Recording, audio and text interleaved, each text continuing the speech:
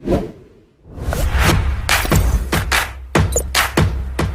वालेकुम, क्या हाल चाल। उम्मीद करते हैं कि आप खैरियत से होंगे और हमारी दुआ है कि आप हमेशा खुश रहें, हंसते और मुस्कुराते रहें और इसी तरह में अपना प्यार दिखाते रहें। बिल्कुल जी, मेरा नाम मुअज़्ज़म अली, मैं हूं तारिक महमूद। मैं मोहम्मद यूसुफ। तो आज हम इस वीडियो पर रिएक्ट करने जा रहे हैं। वीडियो का टाइटल है why criminals win election Nitish Rajput. तो नीतीश राजपूत बड़े ही नॉलेज वाले इंसान, जिनके जो छोटी सी वीडियो में भी काफ़ी जो है वो चीज़ें सीखने को मिलती हैं। तो ये इलेक्शन की जो बात करेंगे कि जो आजकल भाई साहब जो नेता होते हैं वो ज़्यादातर वो उनके ऊपर क्राइम केसेस क्यों होते हैं, तो वीडियो देखते हैं और अपना रिव्यू ऑन कर देंगे। कौन ऑन करते हैं? 3 2 1 वीडियो स्टार्ट। तो हमारे पार्लियामेंट के अंदर 43% पॉलिटिशियंस ऐसे हैं जिनके ऊपर क्रिमिनल चार्जेस हैं और उसमें से 29% ऐसे हैं जिनके ऊपर मर्डर, रेप, फिरौती, ये सारे चार्जेस हैं। और ऐसा नहीं है कि खाली एमपीज ही हैं, हमारे एमएलए भी इसमें पीछे नहीं है। अगर मैं 2015 दिल्ली इलेक्शन की बात करूं तो उसमें 70 में से 43 नेता ऐसे जीत के आए थे जिनके ऊपर क्रिमिनल चार्जेस थे। और अगर करंट की बात करें तो 37 एमएलए ऐसे हैं जिनके ऊपर क्रिमिनल चार्जेस हैं। और ये ऐसा नहीं है कि किसी ने आरोप लगा दिया या एफआईआर है, ये वो चार्जेस हैं जो सुप्रीम कोर्ट के अंदर फ्रेम हो चुके हैं। मतलब पुलिस गई है वहाँ पे, उसको एविडेंस कंफर्म हुए हैं, आई विटनेसेस मिले हैं, ये वो चार्जेस हैं। ये प्रॉब्लम तो बहुत ही छोटी सी है कि पार्टीज क्रिमिनल्स को टिकट ना दें और लोग क्रिमिनल्स को वोट ना दें, लेकिन इस छोटी सी प्रॉब्लम के लिए 1999 से लड़ाई चल रही है और अभी तक इसका सोल्यूशन नहीं हुआ है। 1999 में एसोसिएशन फॉर डेमोक्रेटिक रिफॉर्म, जिसे एडीआर नाम से ज़्यादा जानते हैं लोग, इन्होंने जो भी क्रिमिनल्स हैं पॉलिटिक्स में, इनके लिए एक पीआईएल डाली दिल्ली हाई कोर्ट में और दिल्ली हाई कोर्ट ने उसको एक्सेप्ट भी कर लिया। जब दिल्ली हाई कोर्ट ने ये पीआईएल एक्सेप्ट की थी तो ये चीज़ वहीं ख़त्म हो गई थी। ये जो नेता जिन्हें हम जिता के लाते हैं ना, ये सब लोगों ने मिल के उस पीआईएल के अगेंस्ट में सुप्रीम कोर्ट में अपील कर दी। जब सुप्रीम कोर्ट से भी इनकी अपील खारिज हो गई तो हमें वो देखने को मिला जो हमने कभी नहीं देखा था। ये सारी पार्टियां एक हो गई।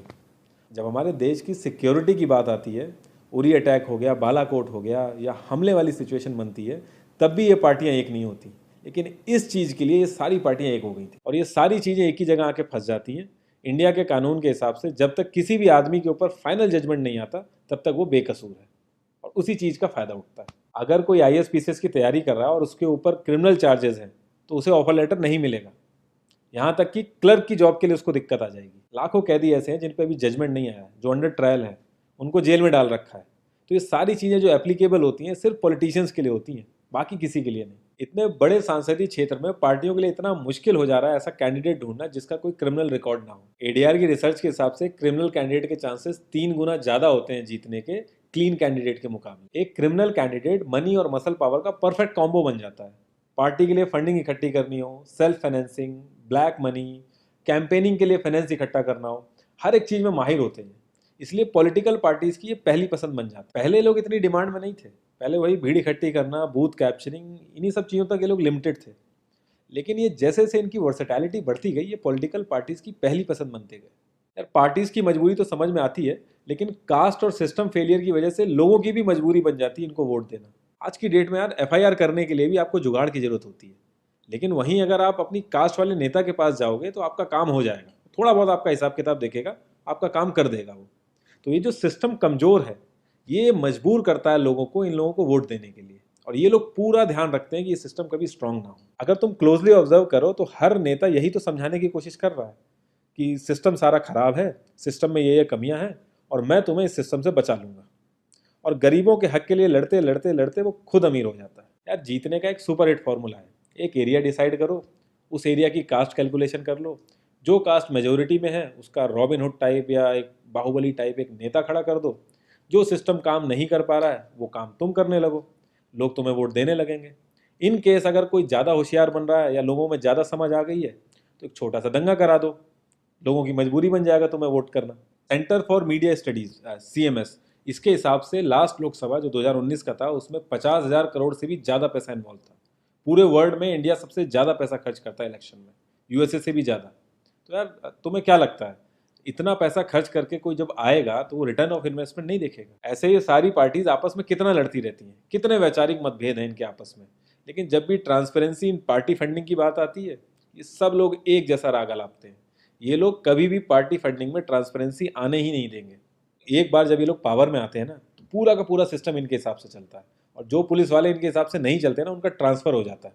144 पुलिस ऑफिसर्स 1 लाख लोगों की सिक्योरिटी देख रहे हैं। और जब हमारे नेताओं की बात आती है तो 47,000 पुलिस वाले 14,842 नेताओं को सिक्योरिटी दे रहे हैं। अब बाहुबलियों को क्या जरूरत है सिक्योरिटी की? कभी किसी क्रिमिनल को देखा है जिसके आगे पीछे आईएएस पीसीएस पुलिस वाले जी हजूरी कर रहे होते हैं? बहुत ही वर्स्ट सीन होता है वो।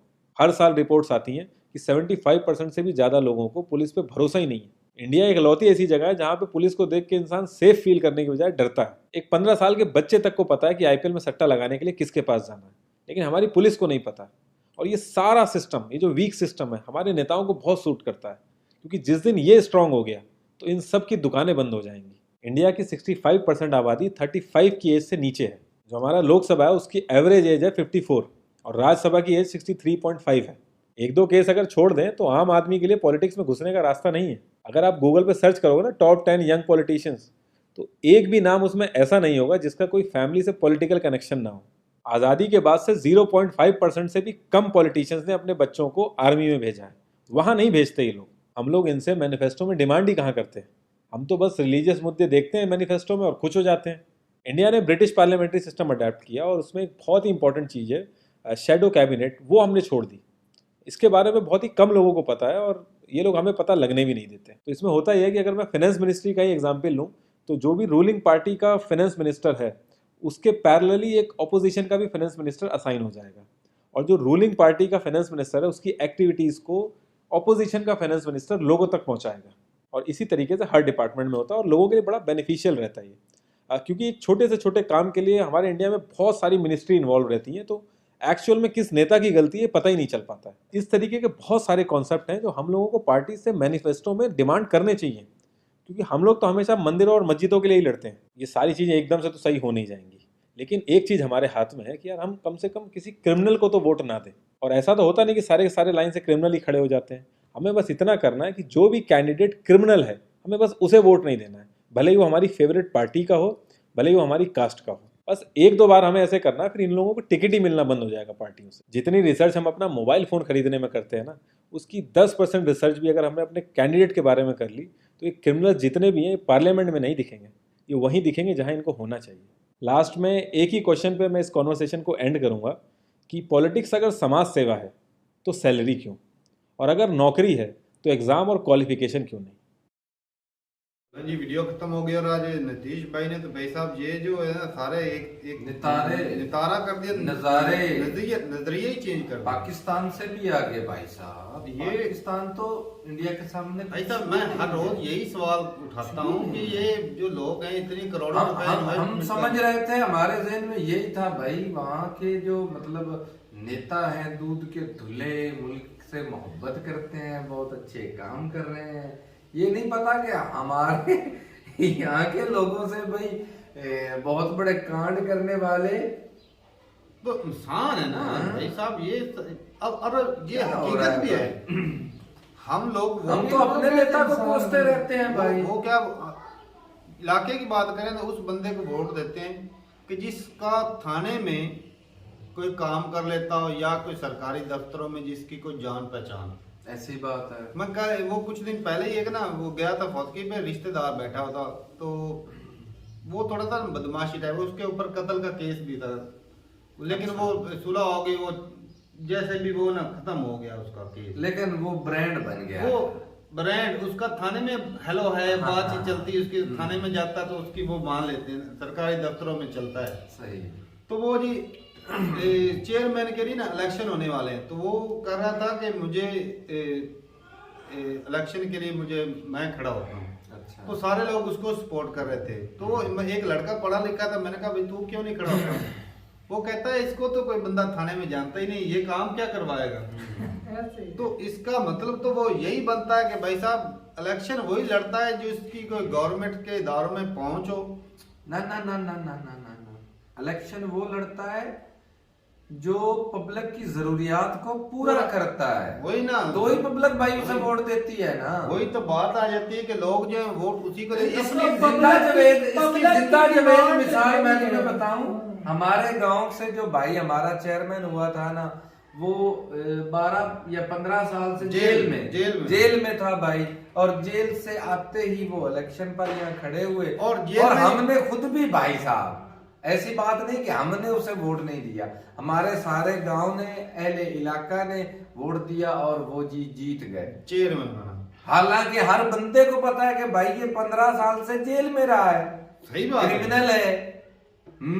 तो उसके बावजूद भी भाई वोट दिया हमने। उसको वोट किसने दिया?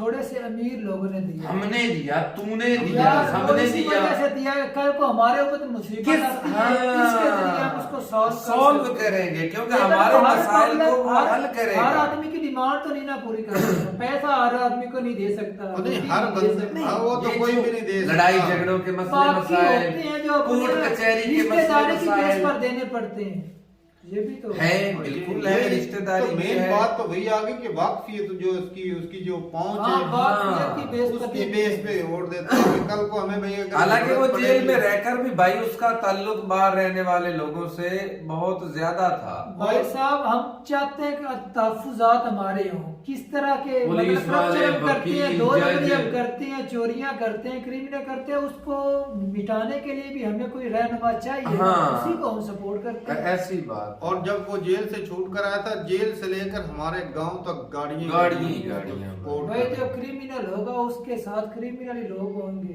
तो सही बात है भाई। तो फिर हम भी तू तो और मैं क्रिमिनल गए हैं। गए थे, कौन गया ओ था? भाई गए थे। मैं नहीं गया था भाई। हम तो गए थे भाई। तो गया था, तो सपोर्ट करने गया था। नहीं गए फिर भी थे। और वो भाई साहब तो उसने चेयरमैन बना, लेकिन वो उसने हमारे गांव के लिए ये हमें फायदा हो गया कि हमारे गांव में जो एक अब पहले यूनियन काउंसिल वो नहीं थी, अभी वो लेकर आया। तो वो पहले हमें दूसरे गांव में जाना पड़ता था, इस चीज का हमें फायदा होगा। और थोड़े बहुत काम भी किए, लेकिन जो अक्सर उसको पैसे मिलते थे वो भाई इधर गए। भाई उसने अपनी आला शानदार बंगला कोठी तो बनाई जो है। इन्वेस्ट किए हैं वो रिटर्न में नहीं लेने हैं। जी, तो मेन मुद्दा यही है कि लोग जो है ना अपने लालच में, आम जो वोटर है ना भाई साहब, वो कंट्री का भला नहीं चाहता, वो चाहता है कि हमारे जाती मकसद जो है वो पूरा हो रहा है, तो उस बंदे को वो वोट दे देता है। यहाँ पे बरादरी भी ऐसी पे वोट ऐसे होते हैं कि जो लोग हैं ना भाई साहब, ऐसे बंदे को वोट देते हैं, मतलब जो बरादरी को, और जो लोग जो हैं वो दूसरे वो चुन लेते हैं। गांव में लोग चुन लेते हैं, जो चौधरी होते हैं उनके पास वो आते हैं जिनका डेरा बड़ा, जिनका उठना बैठना वही। लोगों के साथ और वो भाई जो चौधरी जिस साइड पे कह देता है, वो लोग जो है वो चौधरियों की भी बात मान लेते हैं, क्योंकि भाई अच्छे बुरे टाइम पे वो चौधरी उनका साथ देते हैं। तो वो भाई साहब उनके पीछे वो वोट, जो जिस बंदे को भी वो बोलते हैं ना चौधरी कि भाई इनको वोट देना है, तो वो भाई इनको वोट देना है। मुआशरा सारा अभी उस तरफ झुक जाता है। भाई साहब जिस बंदे ने जितना ऊंचा ढेर लाशों का लगाया होता है ना, उतनी ऊंची सीट उसको मिलती है। तो सही राणा सनाउल्लाह के ऊपर देख लो कितने हाँ। केस हैं, शहबाज शरीफ के ऊपर करप्शन के कितने केस कोई हैं, मरियम एक नवाज के ऊपर, कोई एक लीडर, इमरान खान के कोई ऊपर एक केस लीडर चल रहे हैं, तो ये है, सारों के सबके ऊपर भाई साहब ऊपर केस चल रहे हैं। अच्छा भाई साहब बोल रहे थे उनको वोट देने नहीं चाहिए, पहले उनके बारे में जानकारी। भाई साहब मेरा तो एक फिर सवाल सिस्टम है, ही नहीं चलेगा। मेरा एक सवाल है फिर भाई वोट साहब, दें किसको? लाई कानून ही ऐसा बना जिसके अंदर उसको टिकट ही ना दिया। हाँ, ये सही है।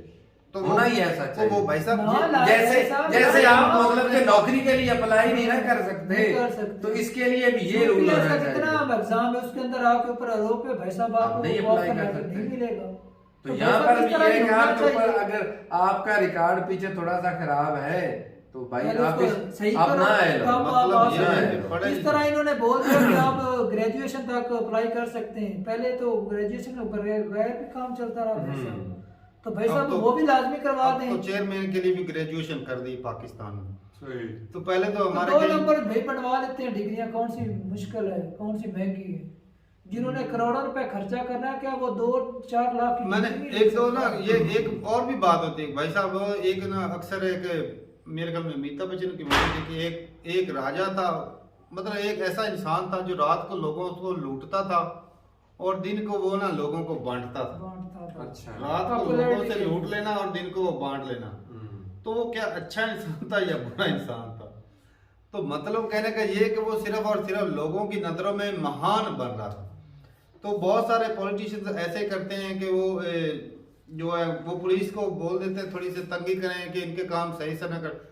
सही बात है भाई साहब, इंडिया में भी वो बता रहा था कि पाकिस्तान में भी ऐसा है, सेम टू सेम ही है भाई। पुलिस को देख के भाई साहब बजाय हम उसे राहत नहीं मिलती कि वो राहत हमें मुश्किल पैदा हो जाती वही है। ना। इतनी तो चोरों से नहीं घबराहट आती जितना रास्ते में खड़े पुलिस वालों से आती है। वही तो बात है। चोर को रात को चोरी का तो दिन दिन दिन दहाड़े भाई ये लोग लेते हैं। और भाई साहब अगर पुलिस वाला वाला ऊपर केस डाल यहाँ पर तो हम ऐसा रहता है कि जब पुलिस वाला तलाश लेता था सबसे ज्यादा पहले हम तो भाई पैसों के साइड पे करते हैं कि भाई कहीं ये ना निकल अगर इसके अत्याचार के तो वो वापस नहीं हाँ, देने वाला। ये किधर चले आए तो वो हजार सवाल सारे पूछेगा। सारे सवाल पूछते हैं।